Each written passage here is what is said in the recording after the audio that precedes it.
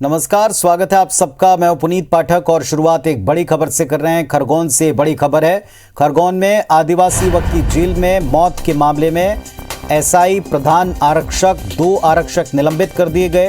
निलंबित करके 4 को लाइन अटैच किया है। एसपी शैलेंद्र सिंह चौहान ने कार्रवाई की है। तो इस मामले पर लगातार दिन भर हलचल रही, सियासत हुई। अब एक बड़ी खबर इससे जुड़ी। आदिवासी युवक की जेल में मौत के मामले में एसआई प्रधान आरक्षक 2 आरक्षक निलंबित कर दिए गए और 4 को लाइन अटैच किया है। एसपी का कार्रवाई का आदेश है। एसपी शैलेंद्र सिंह चौहान ने ये कार्रवाई की है।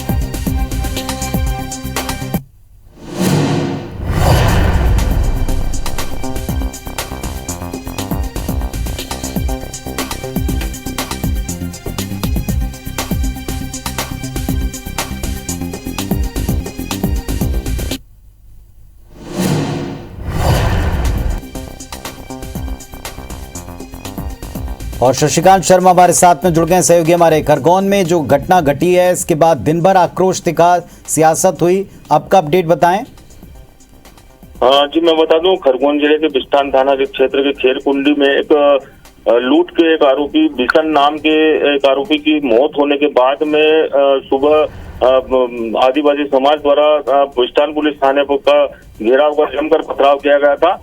परिजनों का आक्रोश था, देखने को मिला था, जिसके बाद में परिजनों ने एसपी सहित डीआईजी और अन्य अधिकारी को इसकी शिकायत की थी। जिसके बाद में एसपी शैलेंद्र सिंह चौहान द्वारा एक बिस्टान थाने पर पदस्थ एक सब इंस्पेक्टर, एक प्रधान आरक्षक सहित 2 आरक्षकों को तत्काल प्रभाव से निलंबित कर उनको लाइन अटैच कर दिया है।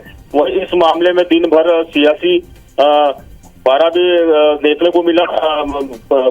खरगोन जिले के सभी 6 विधायक जिला अस्पताल पहुंचे और डीआईजी सहित कलेक्टर से भी उन्होंने दोषी पुलिस कर्मियों पर कार्रवाई की मांग की थी। इस मामले में कलेक्टर अनुग्रह पी द्वारा तत्काल फौरी राहत देते हुए रेड क्रॉस से 25,000 रुपए की मदद करते हुए मृतक परिजनों को इसमें आर्थिक सहायता उपलब्ध कराई। वही संबल योजना के तहत भी 2 लाख रुपए देने की योजना जिला प्रशासन द्वारा तैयार की जा रही है। चलिए, बहुत शुक्रिया आपका इस पूरी जानकारी के लिए। तो एसपी का आदेश है, कार्रवाई करने के निर्देश हैं। 4 जो पुलिसकर्मी इस मामले में हैं, इनको लाइन अटैच कर दिया है। आदिवासी युवक की जेल में मृत्यु के बाद में कई आदिवासी पहुंचे थे, हंगामा किया, तोड़फोड़ की। उन पर भी मामले दर्ज हुए हैं, उसकी अलग से जांच जारी है। लेकिन एसआई प्रधान आरक्षक समेत 4 लोग हैं जिनको इस मामले में निलंबित कर लाइन अटैच किया गया है।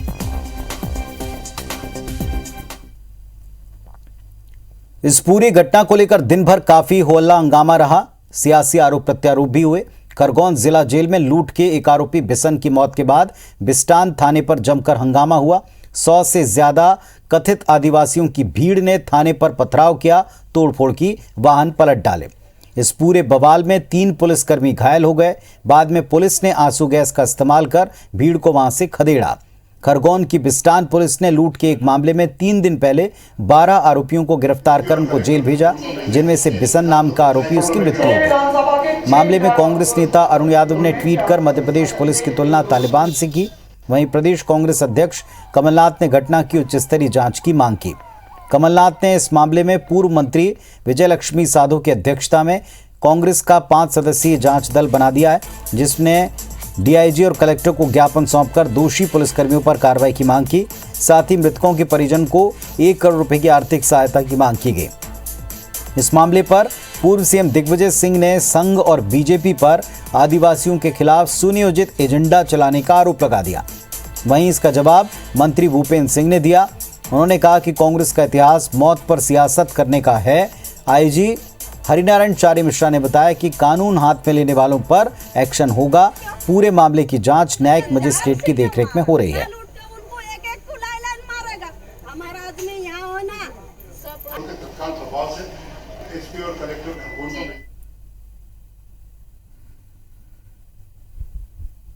पूरे प्रदेश में आदिवासियों के खिलाफ डराने का, धमकाने का भारतीय जनता पार्टी और संघ के सुनियोजित योजना के अंतर्गत किया जा रहा है। कांग्रेस का इतिहास है, हमेशा मौतों पर कांग्रेस राजनीति करती है। घटना दुखद है और उसमें सरकार जो कर सकती है वो करेगी, परंतु कांग्रेस को इस पर राजनीति नहीं करना चाहिए। ये दुर्भाग्यपूर्ण है। हमारे जितने भी पुलिस के जवान थे उन्होंने बहुत सूझबूझ का परिचय दिया और हमारे 3 जवान भी माइनर इंजरी है उनको, 3 जवान को चोट आई है, बाकी स्थिति नियंत्रण में। पूरे मामले को पूरी तरीके से प्रशासनिक तौर पे काफ़ी गंभीरता से लिया गया है। इस पूरे मामले में गंभीरता से इसमें न्यायिक जांच कराई जा रही है। खरगोन की घटना पर राजनीति को लेकर गृह मंत्री नरोत्तम मिश्रा ने कांग्रेस पर निशाना साधा। कहा कि कांग्रेस हर चीज में सियासी एंगल ढूंढती है, जो कि दुखद है, पीड़ादायक है। इस तरह के मामले में राजनीति न करें। गृह मंत्री ने कहा कि युवक के साथ जो पुलिस ने मारपीट की या जेल में मारपीट हुई तो ये जांच का विषय है। गृह मंत्री नरोत्तम मिश्रा से बातचीत की हमारे सहयोगी सत्येंद्र ने। खरगोन में जो घटना हुई है उसको लेकर कांग्रेस जो आरोप लगा रही है, हम साथ हैं इस समय जो गृह मंत्री हैं नरोत्तम मिश्रा जी, उनसे बात करते हैं क्या पूरा मामला किस तरह से इसको देखा जा रहा है और क्या कार्रवाई की गई अभी तक। कांग्रेस को ल्हासों में राजनीति देखने की आदत अभी से नहीं है, पुरानी है। खरगोन की घटना दुर्भाग्यपूर्ण है। मौत कोई भी हो दुखद होती है, लेकिन आप हर चीज में राजनीति देखो। ये 8-10 लोग थे। एक लूट का प्रकरण, मोटरसाइकिल और ट्रक चालकों से मारपीट का लूट का मामला एक थाने में आया। पुलिस ने 10 लोगों को हिरासत में लिया, 8 लोग जेल में चले गए, 2 लोगों को रिमांड पर दिया। रिमांड के बाद में जैसा आरोप है कि उसके साथ पुलिस ने मारपीट की, पर थाने में तो वो मरा नहीं है, जेल में मरा है। अब जेल के अंदर मरने के बाद में उस पर कोई जातिगत आक्षेप की बात तो इसलिए नहीं है कि वहाँ का टीआई जो एसओ है वो उसी वर्ग का है जिस वर्ग का व्यक्ति है।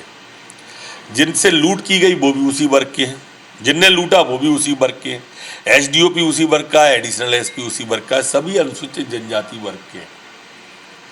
अब ये सब उसी वर्ग के हैं तो उसके बावजूद भी मुझे ये समझ नहीं आया कि इसमें वो अलग चश्मे से क्यों देख रही है कांग्रेस। जेल के अंदर जाने के पहले उसकी डॉक्टरी हुई, डॉक्टरी के अंदर डॉक्टर ने उसे फिट बताया तभी जेल में लिया। अगर वो अनफिट था तो डॉक्टर ने भर्ती क्यों नहीं किया? डॉक्टर भी एक जांच का विषय बनेगा। उसमें गलती डॉक्टर की हो, चाहे जेल की हो, चाहे पुलिस की हो, बक्सा कोई नहीं जाएगा। जो आरोपी हैं उनको गिरफ्तार कर लिया गया है और जो कल तक इसमें जो भी स्थिति होगी वो कल साफ कर दी जाएगी। कैमरामैन विनीत नागर के साथ सत्येंद्र सिंह मधुरिया, IB24 भोपाल।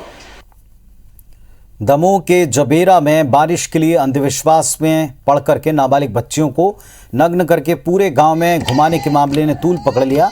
राष्ट्रीय बाल अधिकार संरक्षण आयोग ने इस मामले पर संज्ञान लिया। आयोग ने दमोह कलेक्टर से 10 दिन के भीतर इस पर जवाब मांगा, साथ ही कड़ी कार्रवाई के निर्देश दिए।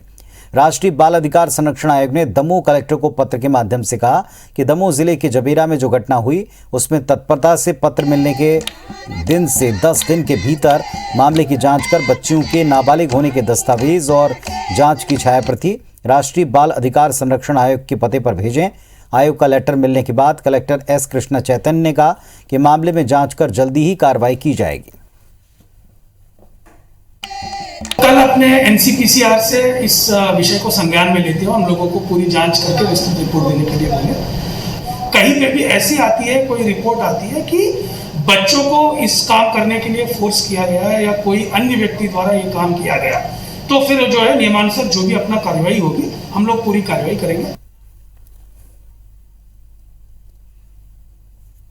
और जितेंद्र गौतम सहयोगी हमारे साथ में जुड़ गए हैं। जितेंद्र, इस मामले में अब कार्रवाई के लिए कहा गया है, संज्ञान लिया है बाल अधिकार संरक्षण आयोग ने।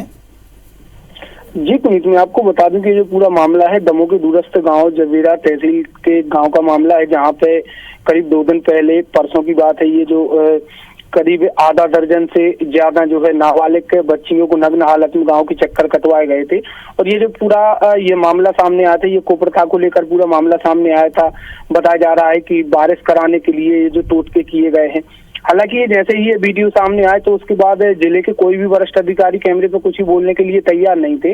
लेकिन जैसे ही मीडिया में जो पूरी खबरें प्रकाशित हुई है, जैसे ही मीडिया ने खबरें तत्परता से दिखाई, उसके बाद में जो है दिल्ली से राष्ट्रीय बाल संरक्षण आयोग NCPCR ने पूरा मामला जो है संज्ञान में लिया। उसके बाद दमोह कलेक्टर के लिए जो पत्र लिखा है और उसमें स्पष्ट रूप से बोला गया है कि पत्र मिलने के 10 दिन में आप अपना जवाब पेश करें और साथ ही उक्त मामले पर तत्परता से कार्रवाई करें।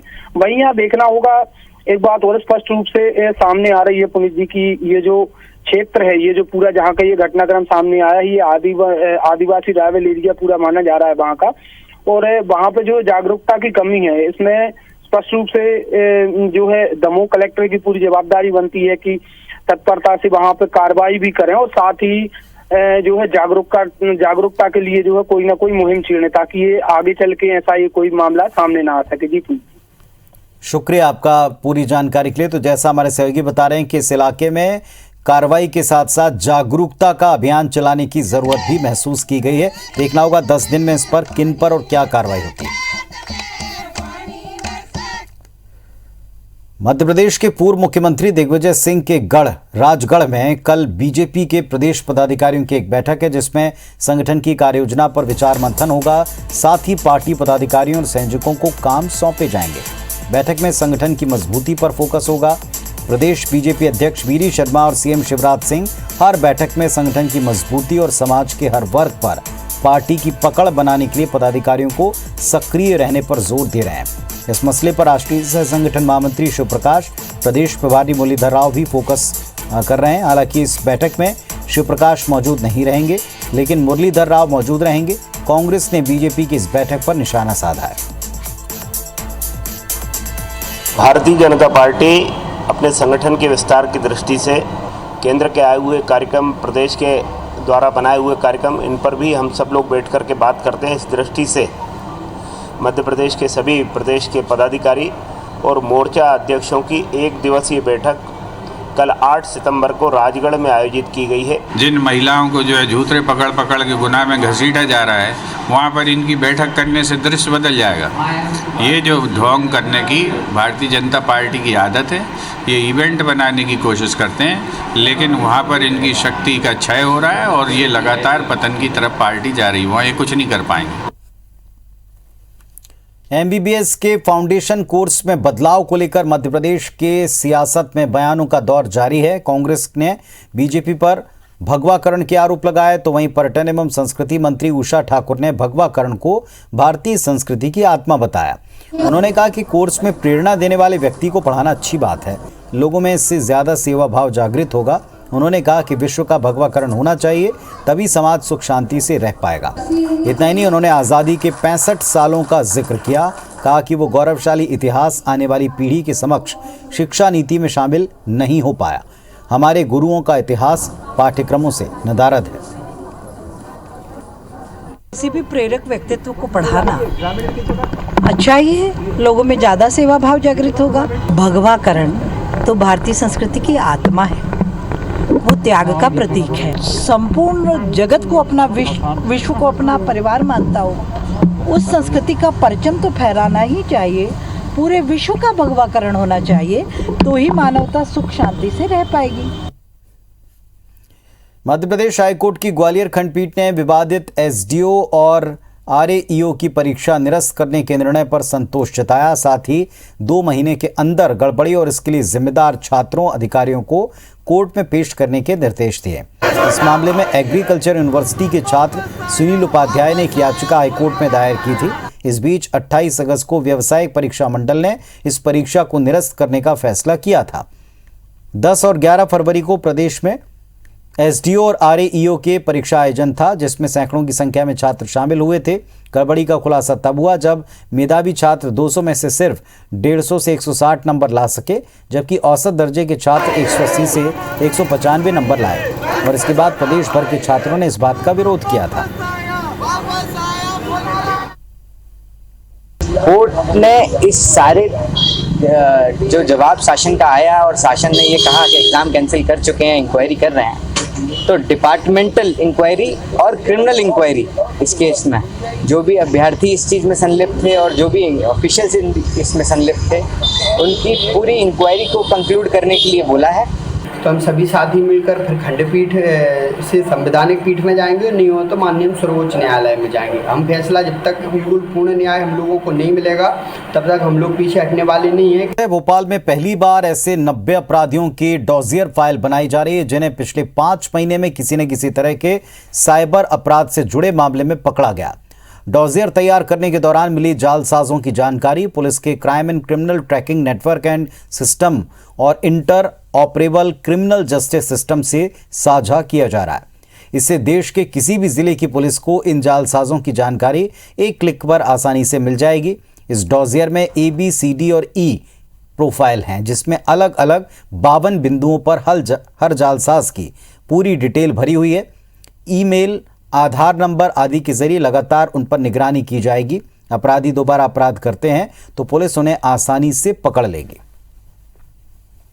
तो इन सब की डिटेल्ड बिंदुओं पे, जैसे इनका इकोनॉमिक बैकग्राउंड क्या है, एजुकेशन बैकग्राउंड क्या है, फैमिली मेम्बर्स क्या करते हैं, इस टाइप की पूरी पृष्ठभूमि तैयार की जा रही है और ये पुलिस के पास एक रिकॉर्ड की तरह रहेगा। जबलपुर में डेंगू के बढ़ते मरीजों से प्रशासन की परेशानी बढ़ गई है। शहर में पिछले 3 दिन में डेंगू के करीब 40 नए मरीज सामने आए, जिसके बाद अब मरीजों की संख्या बढ़कर 300 हो गई है। अस्पताल में बेड की कमी भी सामने आ रही है। इसके बाद जिला अस्पताल के जमीन पर भी डेंगू के मरीजों का इलाज होता दिखा। नर्सिंग हॉस्टल को डेंगू वार्ड बनाने की तैयारी है। प्रशासन की 18 टीमें लगातार सर्वे और जांच काम में जुटी हैं। शहर में 32 फॉगिंग मशीन और स्प्रे मशीन तैनात की गई हैं। कंट्रोल रूम के जरिए भी डेंगू संबंधित परामर्श दिया जा रहा है।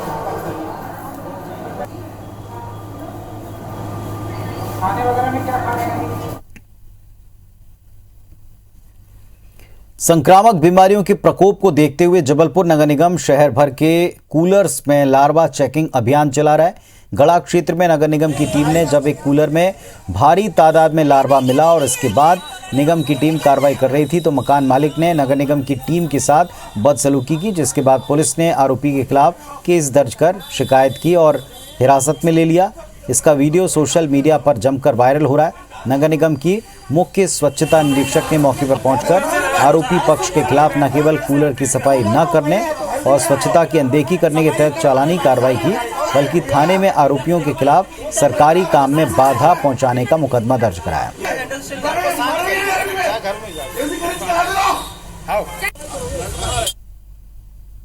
राजेश पटेल का घर है, उसमें जो बाहर से कूलर लगा था विंडो में, उसमें बहुत ज़्यादा तादाद में लार्वा थे।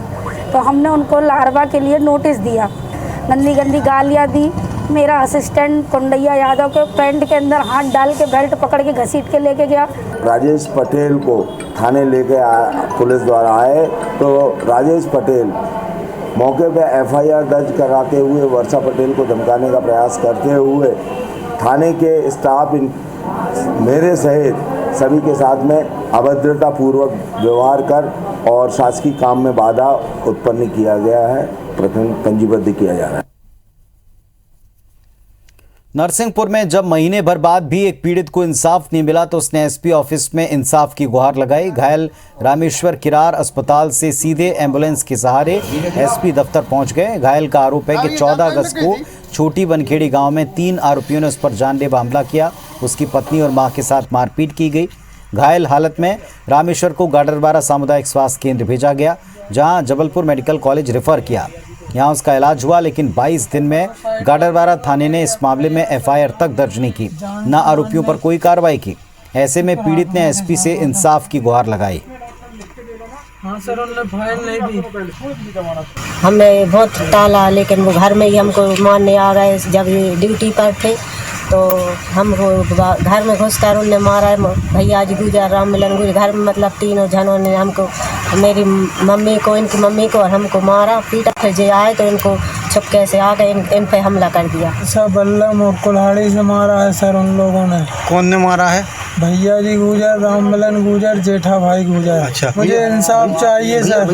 कि आवेदन यहाँ पर लेकर और संबंधित थाने को बता दिया गया है कि इनके बयान वगैरह नोट करके और उसमें अपराध पंजीबद्ध करके और जो आरोपी हैं उनकी गिरफ्तारी हम लोग सुनिश्चित करेंगे। तो इस बुलेटिन में फिलहाल इतना ही। खबरों अपडेट्स के लिए आप देखते रहें IBC 24। नमस्कार।